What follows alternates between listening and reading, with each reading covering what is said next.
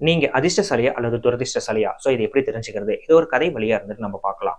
ஒரு ராஜா அதிர்ஷ்டம், துரதிர்ஷ்டம் அப்படிங்கிறத இருந்துட்டு தெரிஞ்சுக்கணும். அதனால இருந்துட்டு நம்ம நாட்டிலேயே மிகவும் துரதிர்ஷ்டசாலியான ஒரு நபர் இருந்துட்டு என் முன்னாடி கூட்டிட்டு வாங்க அப்படிங்கிறாங்க.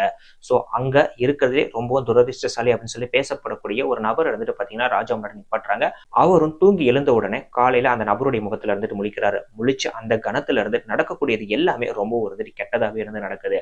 அதாவது மிகப்பெரிய வலிமையான ஒரு படை இருந்துட்டு தன் நாட்டு மேல இருந்துட்டு போர் தொடுத்து வர்றதாகவும், யானை படைகள்ல இருக்கக்கூடிய சில யானைகள் இருந்துட்டு இறந்து போறதாகவும் இருந்துட்டு தகவல்கள் இருந்துட்டு வெளிவருது.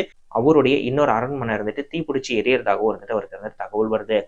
உலகத்திலேயே ரொம்ப ரொம்ப மோசமான துரதிர்ஷ்டசாலி இவன் தான். இவனுக்கு நாளைக்கு காத்தால தூக்கு அப்படின்னு சொல்லிட்டு இருந்துட்டு அந்த மன்னர் இருந்துகிட்டு சொல்லிடுறாரு. அவனும் ரொம்ப வருத்தத்தோட எந்த தப்புமே நம்ம பண்ணாம இருந்துட்டு எப்படி தூக்கு தண்டனை அனுபவிக்க போறோமே அப்படின்னு சொல்லிட்டு இருந்துட்டு யோசிக்கிறாங்க.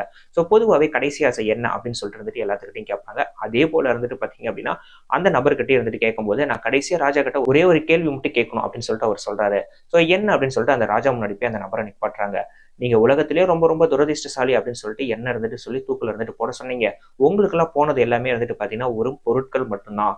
ஆனா எனக்கு இருந்துட்டு பாத்தீங்கன்னா உயிரே. இந்த உலகத்திலேயே இருந்து ரொம்ப துரதிர்ஷ்டசாலினா அது நீங்க தான் அப்படின்னு சொல்லிட்டு அந்த ராஜாவை பார்த்து சொல்லியிருக்கிறாங்க.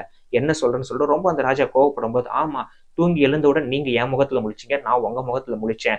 உங்களுக்கு பொருட்சேதம் ஆச்சு அப்படின்னா எனக்கு உயிர் சேதமே ஆக போகுது. அப்பனா இந்த உலகத்திலேயே ரொம்ப யார் துரதிர்ஷ்டசாலி அப்படின்னு சொல்லிட்டு அந்த ஏழை மகன் இருந்துட்டு கேட்டிருக்கிறான். அதை கேட்டோன்னே ராஜாவுக்கு மிகப்பெரிய ஒரு ஷாக்கிங்கா இருக்குது.